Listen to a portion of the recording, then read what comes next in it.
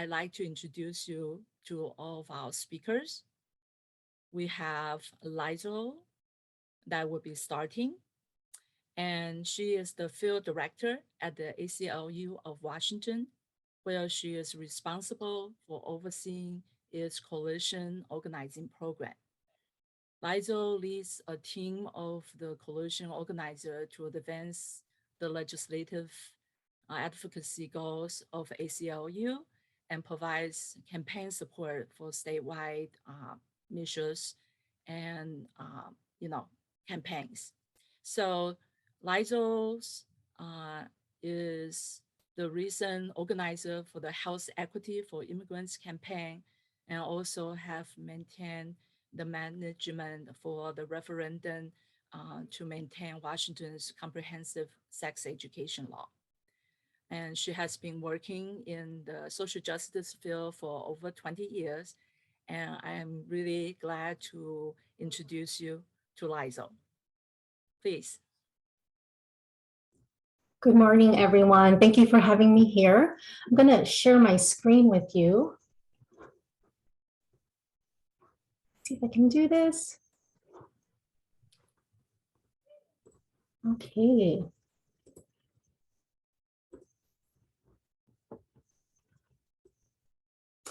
Well, good morning. Again, I'm Liezl, Tomas Rebugio, Field Director with the ACLU Washington.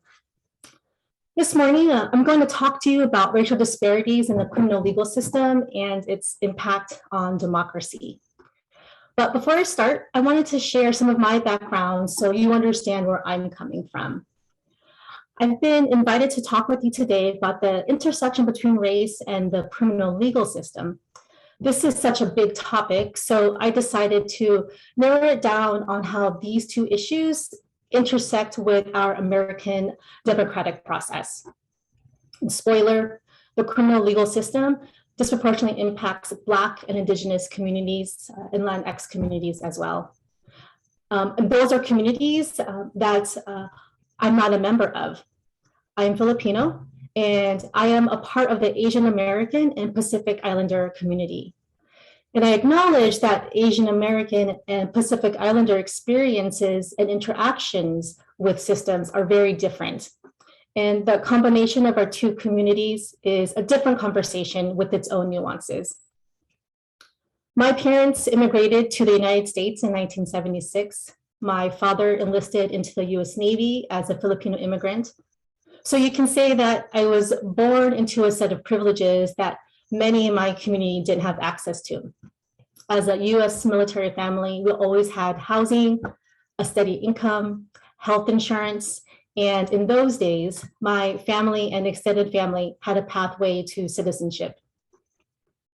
My family, my Asian American community, is not impacted by the criminal legal system in the same way as Pacific Islanders, the same way as Black, Latinx, and Indigenous folks who have been harmed by it. So I want to name this inherent awkwardness I have in talking about this topic because I'm not coming from lived experiences of interacting with the criminal legal system or having my voting rights taken away.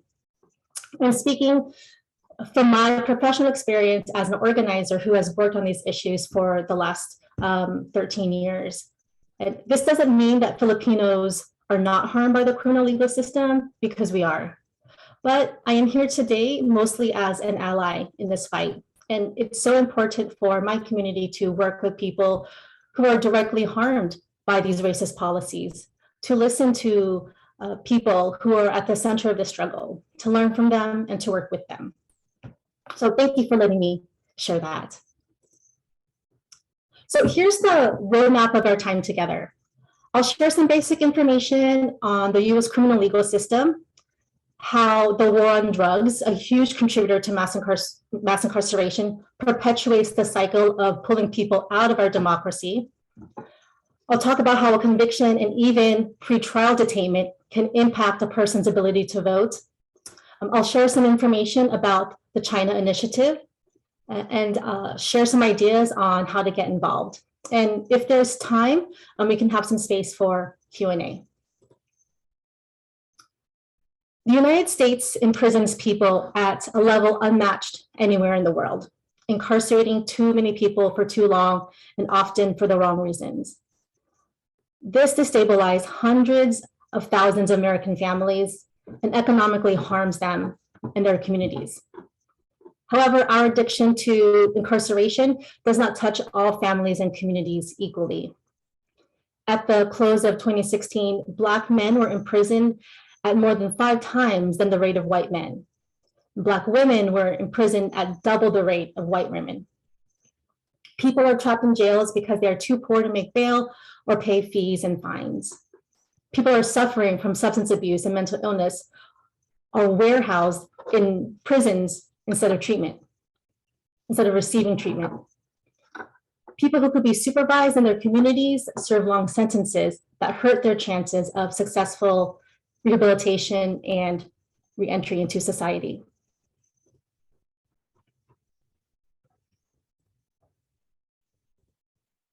So I'm going to show you this video. It provides an explanation of who the American criminal legal system impacts disproportionately.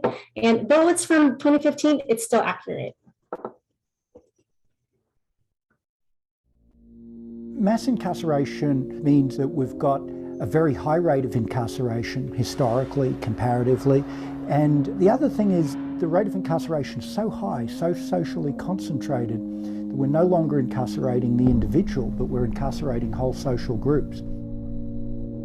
The rate of incarceration now is about 5 times higher than it was historically. Historically, it was 100 per 100,000. Now it's about 500 per 100,000. If we look at prison, if we add jail to that, it's about 700 per 100,000. Nowhere in the world incarcerates as much as we do. We've seen extremely high rates of exposure to the criminal justice system for African American men with very low levels of schooling.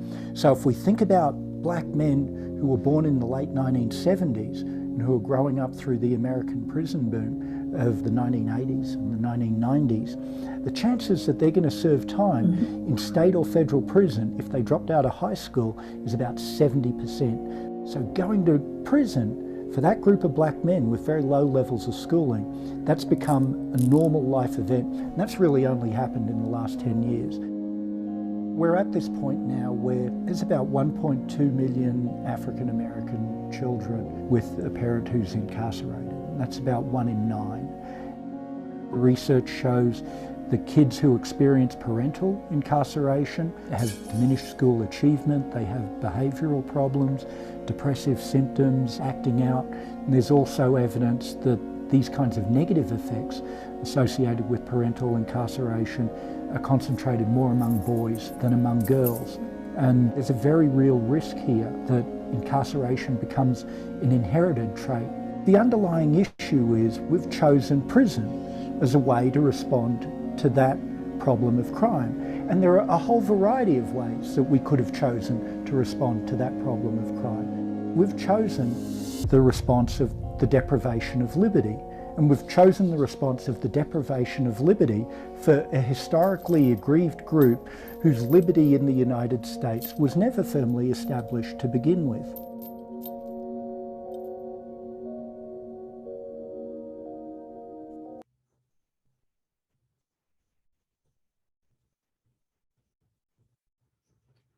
So incarceration is just one piece of the much larger system of correctional control. Here are the statistics for those part of the correctional system in the United States. This pie chart is from the Prison Policy Initiative's report, Mass Incarceration, the Whole Pie 2022. So you can see here that there are 5.7 million people part of the correctional system, with 2.9 million who are on probation. And here's a snapshot of Washington residents who are locked up in various facilities as of 2018. And if you want to learn more about Washington's profile on corrections, you can visit the Prison Policy Initiative. Over 3,100 acts are considered a crime in Washington state. It's illegal to be a member of the Communist Party. It's illegal to water ski an hour before sunrise. It's illegal to steal a shopping cart. It's illegal to have a trace of drug residue in a pipe, and it's illegal to possess illicit drugs and legend drugs. Legend drugs are medications that can't be obtained legally without a prescription from a licensed health provider like morphine or Oxycontin. This graphic doesn't account for immigration detention. There's also the Northwest Detention Center in Tacoma, which is the only private detention facility in Washington. It can hold up to over 1,500 people and holds people for civil immigration violations, not criminal. People are often detained for months or years until their immigration case is solved. The Fair Fight Initiative asserts that the rapid increase in incarceration started with the tough on crime, law and order, war on drug policies initiated by President Nixon and established by President Reagan. And Presidents Bush and Clinton continued those policies and exacerbated them with Clinton's 1994 crime bill. So here are some examples of contributors to mass incarceration. There's the money bail system. Nearly 500,000 people sit in prison at any given time, waiting for trial. Sit in jail waiting for trial because they can't afford to pay bail and be released to await trial. Research shows that people awaiting trial who are not in jail are less likely to be convicted and less likely to be imprisoned if they are convicted. So what that means is if you are able to stay out of jail while you're waiting for your trial, there's a more likelihood that you won't be convicted and you won't be imprisoned. In Washington counties where data is available, approximately 60% of the people in county jails at any given time, so this is thousands of people, have not been convicted of a crime. They're locked in jail simply because they can't afford the amount of bail set by the judge. And then there's mandatory minimums. These are laws that dictate minimum sentencing, which strip judges of the ability to account for individual circumstances. The ACLU of Michigan says that in the early 1970s, politicians began introducing mandatory minimum sentences to address what many perceived as out of control crime problems. Instead of addressing the root causes of criminal activity in large, deindustrialized, poor Black communities, officials enacted a sentencing regime that would become the cornerstone of mass incarceration and the over-incarceration of Black and Latino communities. And finally, there's the war on drugs. Our nation's misguided and costly war on drugs has undermined civil liberties in many ways, eroding protections against unlawful searches and seizures, imposing overly harsh sentences on individuals, and disproportionately impacting communities of color.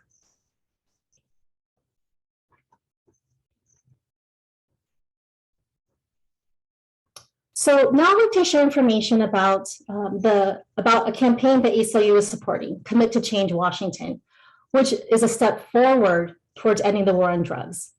Commit to Change is a coalition of community leaders, public health and safety experts, and everyday Washingtonians who agree it's time to end the war on drugs.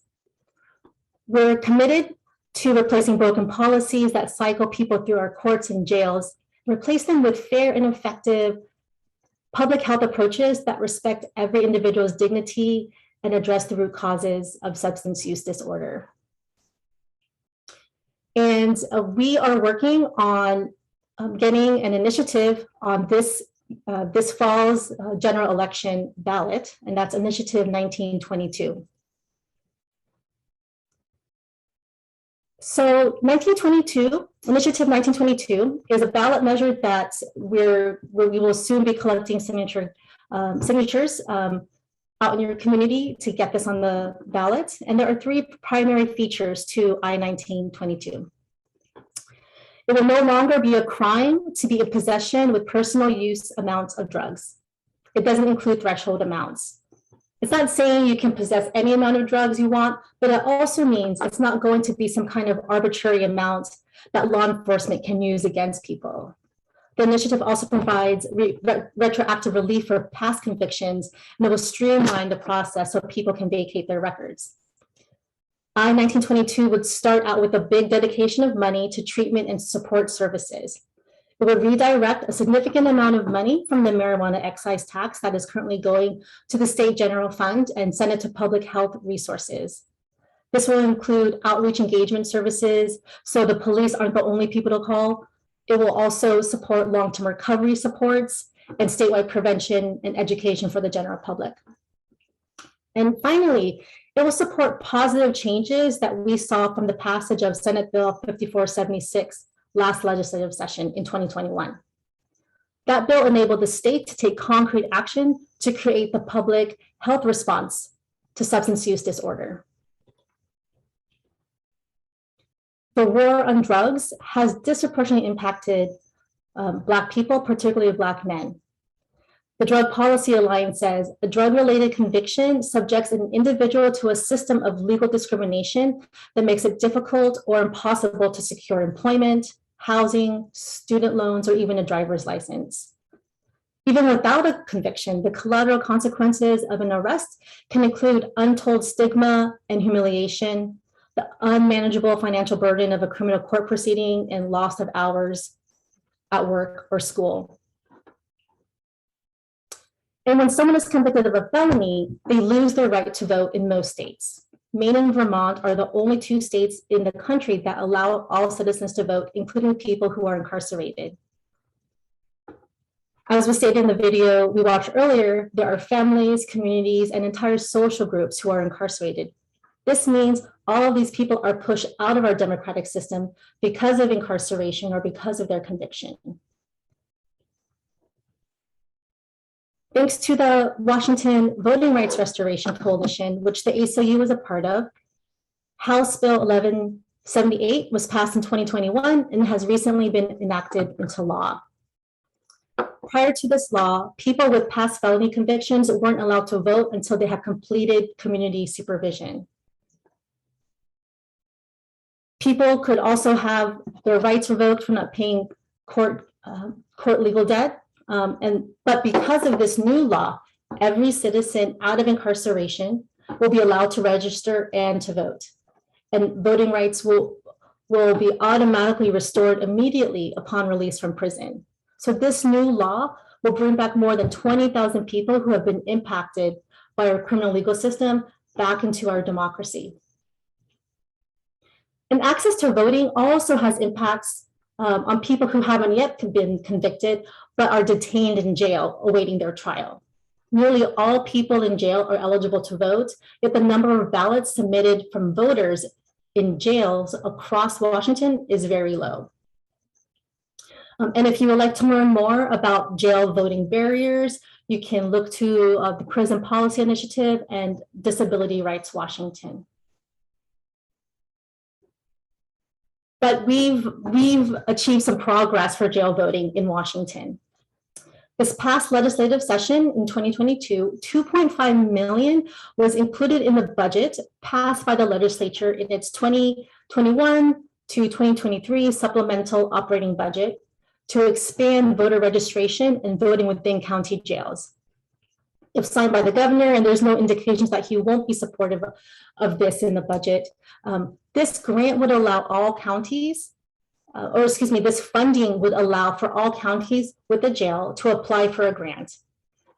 And if awarded, they will be enabled to, these jails will be enabled to develop and implement a plan to increase voting among incarcerated individuals, including creating voting materials. They'll be able to purchase voting supplies and equipment, and also hire additional staff for voting activities. And this will be implemented so that folks will be able to participate in this year's primary and general elections. So the China Initiative. So this is a form of federal policy that directly impacts the Asian community. The China Initiative was a wide-ranging government effort to scrutinize, investigate, prosecute, and take other measures against US-based scientists and researchers believed to have connections to China. the FBI played a central role in the China Initiative.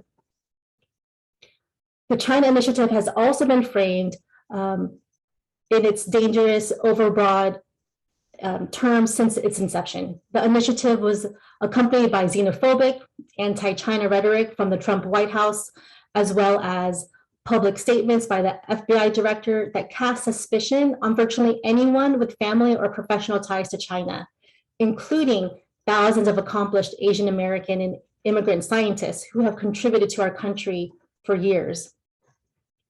Fortunately, this past February, the Biden administration ended this racist, xenophobic policy. The ACLU currently represents multiple scientists who have been harmed by the FBI's discriminatory profiling and surveillance of Asian American researchers, which stretches back more than a decade. So even though this initiative has ended, the consequences have been devastating for these scientists and their families.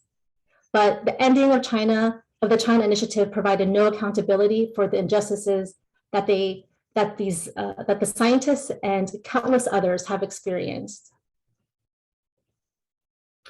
So quickly, I'll just give some ideas on how you can make a difference. So learn more, get uncomfortable, have discussions, follow quality journalism, and there's some examples here, and learn more about the local advocacy organizations in your community and support them. Also, you're welcome to learn more about Initiative 1922. And then, of course, please do register to vote and then vote. And here is my contact information, and you're welcome to reach out to me if you have any questions. So I will stop my share, and thank you so much, and I'll pass it back to Lynn. Thank you so much, Liezl. Really, really appreciate your overview of what is happening right now. So we were hoping originally to have Terrence to join us, who has actually, for some reason, not able to join us right now. So instead of waiting on that, I just wanted to say the hope for Terrence to join us today was to share with us his personal experience about how he has gone through the juvenile systems to raise himself up through getting the educations and the trainings that he needs to become a productive citizen. But as I already shared, so far we have not been able to reach him. So I would like to go ahead and introduce to our next speaker, who is Reiko. And I am going to go ahead and say a few words about Reiko. Reiko is a board member of the Olympia chapter of JACL, the Japanese American Citizens League, and a founding co-member of the Unity in the Community. She is the past chair of the State Human Rights Commission and has participated in multiple social justice initiatives. Since 2005, she has been employed as the executive director of the Washington State Commission of Judicial Conduct, and she has assisted the U.S. State Department and non-governmental organizations in improving judicial ethics and independence in over 30 foreign countries. So I'm very honored to introduce Ms. Callner, and she is going to join us next. Thank you. Thank you, Lynn. I regret that our next scheduled speaker isn't available yet, and I'm hopeful that he will be, because the message that he has is invaluable. Lived experience is unlike any academic experience, of course, and hopefully he can join us later in the program. I want to talk a little bit about the notion that we're having a race dialogue and the nature of dialogue, especially about race. Even though it's something we all have inside us, racism is incredibly hard to talk about. It's a minefield of identity and expectations, wounds and defenses. Racism is rife throughout our culture, our society, our beloved traditions from our earliest childhood conditioning, and it doesn't stop there. So yes, we all have it. It's pretty inescapable. Yet with the exception of a relative few out white supremacists, we all agree racism is a bad thing. And to acknowledge it within oneself seems to require a certain degree of self-loathing. That's why calling out someone's inherent racism or privilege seems to hit them worse than the impact of racism itself. White fragility manifests in the inability to face one's own infection with systemic racism. The topic is explosive. So I'm going to start here with introducing myself, focusing on race. My great-grandparents on my father's side were immigrants from Lithuania, fleeing anti-Semitism that meant virtually certain death for the family that remained there. My mother's parents, her older siblings, immigrated from Japan in the 1920s and settled in California, first working on farms and then buying a farm, though in the name of the son of a Latinx friend who was a citizen, since Asian immigrants were not permitted to buy land. That land was taken from them when the family was forcibly incarcerated at the outset of World War II. I was very young, maybe 5 or so, when I first learned of the things that happened to the family on both sides, pogroms, internment. And since they happened to my family, they didn't feel abstract. It felt horrifying. How could such things even happen? Where were all the good people? Well, it's possible to be horrible to other people because you can other them. And there is never a shortage of people doing horrible things to other people. So when the stakes are that high, there isn't really that much room for BS. And the challenge remains, what should the good people do and how? For me, the antidote to that is to actively counter othering. A little more history of myself.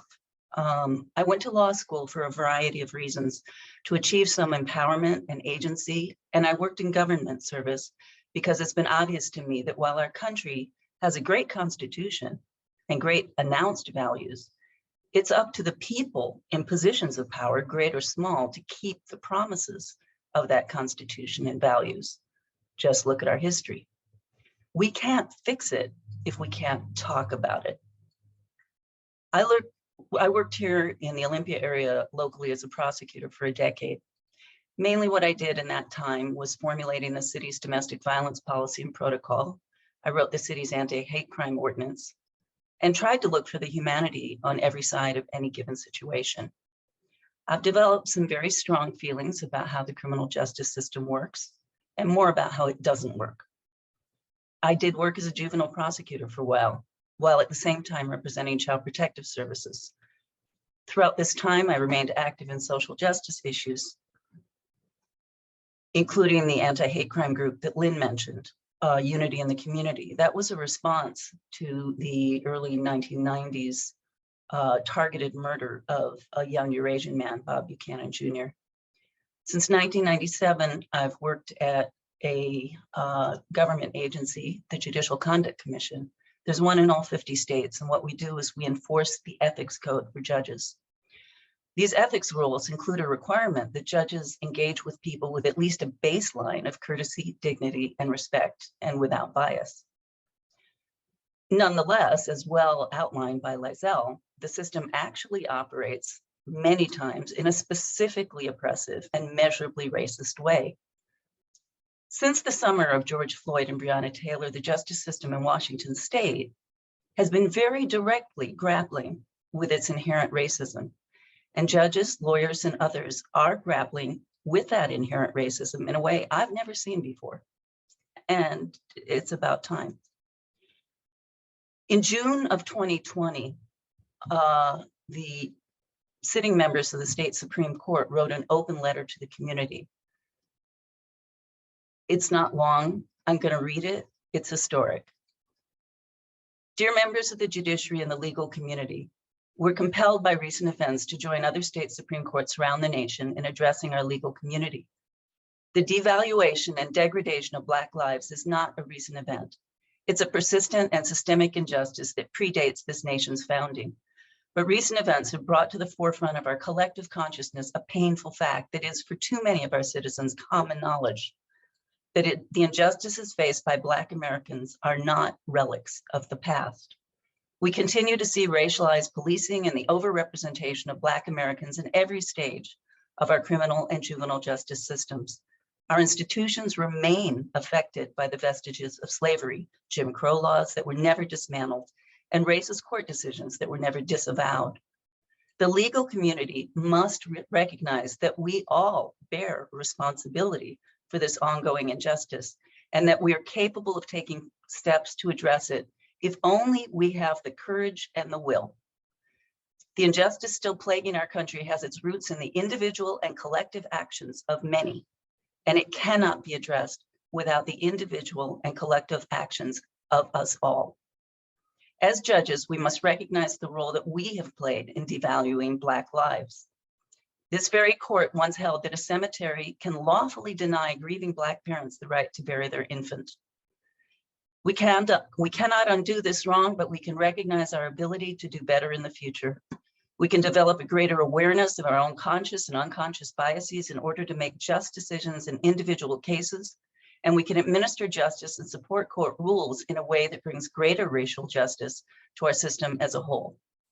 As lawyers and members of the bar, we must recognize the harms that are caused when meritorious claims go unaddressed due to systemic inequities or the lack of financial, personal, or systemic support. And we must also recognize that this is not how a justice system must operate. Too often in the legal profession, we feel bound by tradition and the way things have always been. We must remember that even the most venerable precedent must be struck down when it is incorrect and harmful. The systemic oppression of Black Americans is not merely incorrect and harmful, it is shameful and deadly. Finally, as individuals, we must recognize that systemic racial injustice against Black Americans is not an omnipresent specter that will inevitably persist. It is the collective product of our individual actions, every action, every day. It is only by carefully reflecting on our actions, taking individual responsibility for them, and constantly striving for better that we can address the shameful legacy we inherit. We call on every member of our legal community to reflect on this moment and ask ourselves how we may work together to eradicate racism. As we lean in to do this hard and necessary work, may we also remember to support our Black colleagues by lifting their voices. Listening to and acknowledging their experiences will enrich and inform our shared cause of dismantling systemic racism. We go by the title of justice, and we reaffirm our deepest level of commitment to achieving justice by ending racism. We urge you to join us in these efforts. This is our moral imperative. The open letter is available, of course, publicly. I took the time to read it to you because it is fairly revolutionary. I've been a lawyer for over 30 years and I've never seen a Supreme Court articulate these uncomfortable truths so clearly. And what this means is that the inherent racism and oppression of our justice system is being grappled with actively right now. And so the work that Liezl, that others in this meeting are interested in engaging in is very ripe and has a more receptive ear than any other point I've seen in this nation's history.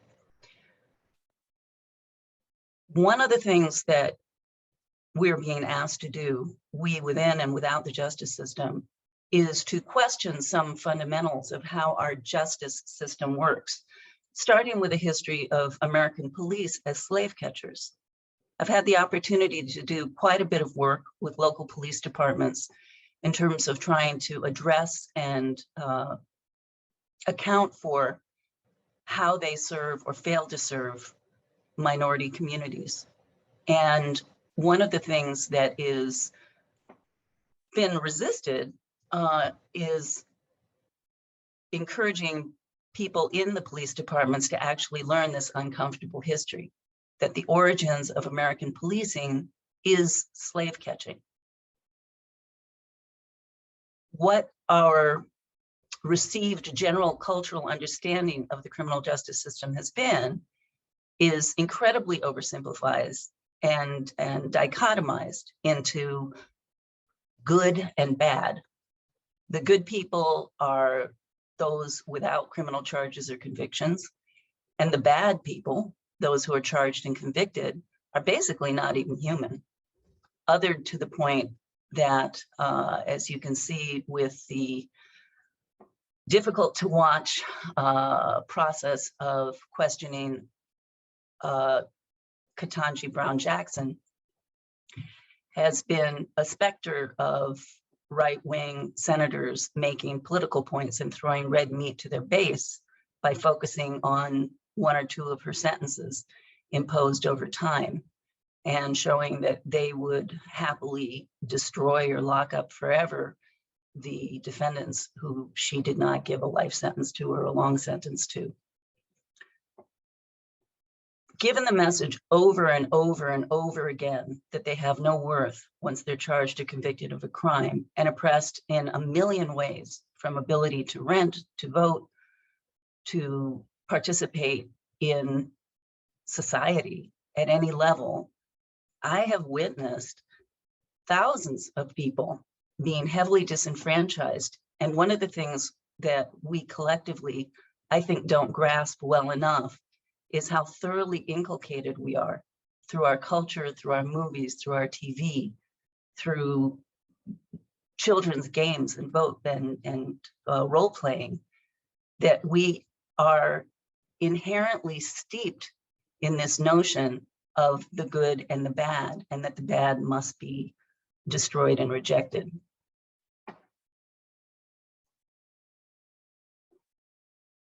In the mid-1990s, I was very active locally in an LGBTQ civil rights movement, because there was then an active effort to create legislation that would make it illegal to grant civil rights protections to that community. That was outrageous to me, and I took my privileges and my law degree and my righteous indignation and got very active and learned a lot about communication on difficult, challenging subjects. We are not living in a post-bigotry nirvana, but we've come an astonishing long way in an astonishingly short period of time with regard to LGBTQ rights.